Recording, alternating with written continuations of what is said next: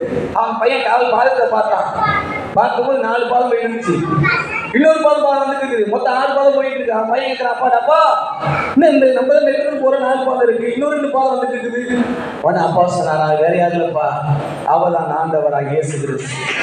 நீ எங்க போனாலும் வந்தாலும் உட்கார்ந்தாலும் எழுந்தா யாருக்கு அவங்க கூட பக்கத்துல நீங்க சொல்றீங்களா? பக்கத்துல மல்லிகை இருக்கு ஐயா, இந்த பக்கம் கணேசையா உட்காந்துருக்காரு. அலையலூயா.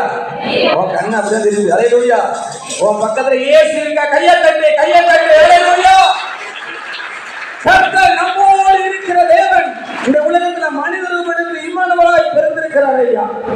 பரிசுத்தமான தெய்வம் கர்த்தர் நம்மோடு இருக்கிற தேவன். அலையலூயா. 600 ஆண்டுகளுக்கு முன்னதாக தீர்க்கதரிசனமாய் உரைக்கப்பட்டிருக்கிறது. ஏசாயாவை 7ஆம் அதிகாரம் 14ஆம் வசனம் வாசிக்கிறோம். அலையலூயா. அந்த அடையாளம் கொடுக்கப்பட்டது. அங்க ஒரு குமாரனை பெறுவான். இயேசு பெறுவான் சொல்லப்பட்டது. 600 ஆண்டுகள் தீர்க்கதரிசனமாய் உரைக்கப்பட்ட வார்த்தை. ஏசாயா 7:14 வாசிப்போம்.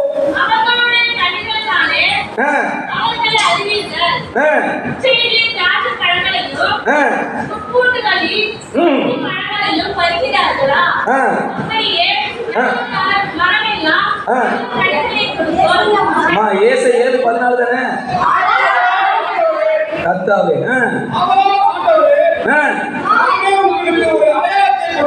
அடையாளத்தை கொடுப்போம்.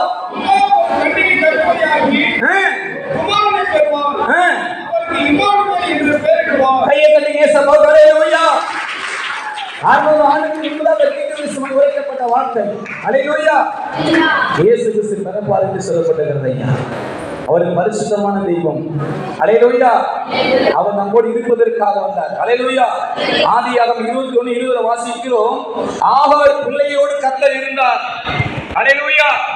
ஆதியாகமம் 39 அதிகாரம் 2ஆம் வசனம் வாசிக்கிறோம். யோசேப்போடு கர்த்தர் இருந்தார். அல்லேலூயா. ஆமென். 2 சாமுவேல் 5ஆம் அதிகாரம் 10ஆம் வசனம் வாசிப்போம். தாவீதோடு கர்த்தர் இருந்தார். ஹalleluya. ஆபிரகாமோடு கர்த்தர் இருந்தார். அதான் பெருமான் சிட்டியா பாடுகிறார் ஐயா. ஹalleluya. இயேசு என்னோடு இருப்பதை நினைத்தான் என்னுள்ள சொல்லுதம்மா, நன்றி என்று சொல்லுதம்மா. ஆஹா ஆஹா ஓ ஹோ ஹோ லலலலலா. ஆமென் ஆமென். இயேசு என்னோடு இருப்பதை நினைத்தான் என்னுள்ள சொல்லுதம்மா, நன்றி என்று சொல்லுதம்மா. அல்லேலூயா. அவர் வாசிக்க நான் முடிச்சறேன். அல்லேலூயா. பாருங்க, இயேசு நம்மோடு இருக்கிற தேவனாய் இருக்கிறார். ஆமென். இந்த உலகத்துல எல்லாம் கூட இருக்கீங்களா? இருக்காது.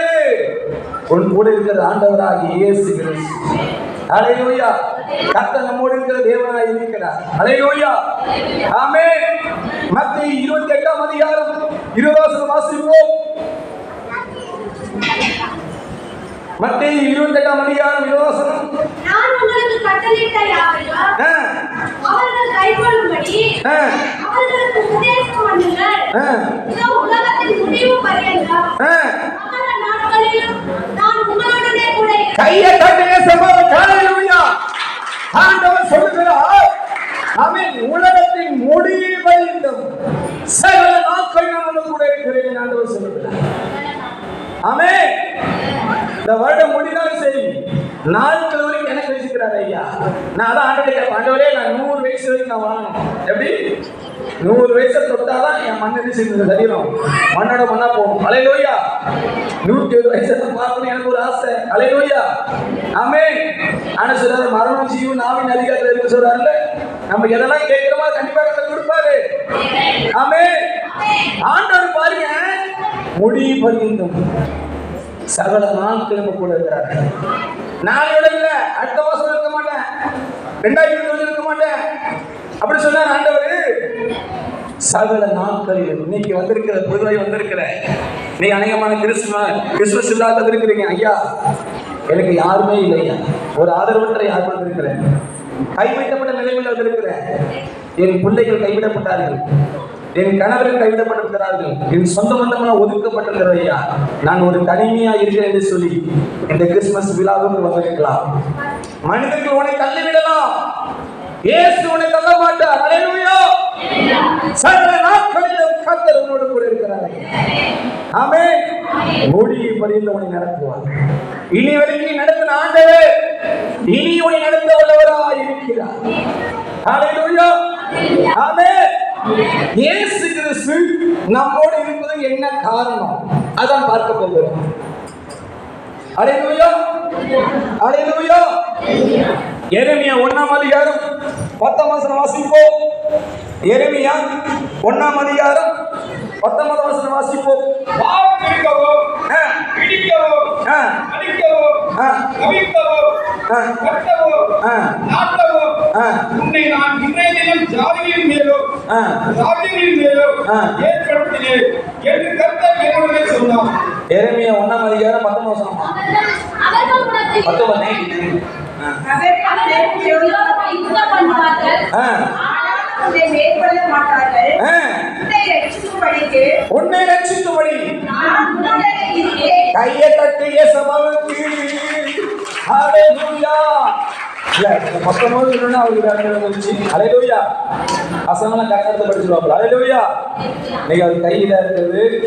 இன்னைக்கு அநேகமான சபைகளை சென்று போனதுலாம் அருமையான கோபுதான். ஹல்லேலூயா. நிறைய பாசத்தோட செய்யுங்க. எல்லா சபைகளையும் பாருங்க. ஒரு சபை சென்று போனா 1 லட்சம் ஆகுதுன்னு வச்சுக்கங்க, 70,000 முடிச்சிடும். 30,000 சபைக்கு லாபம் தானே.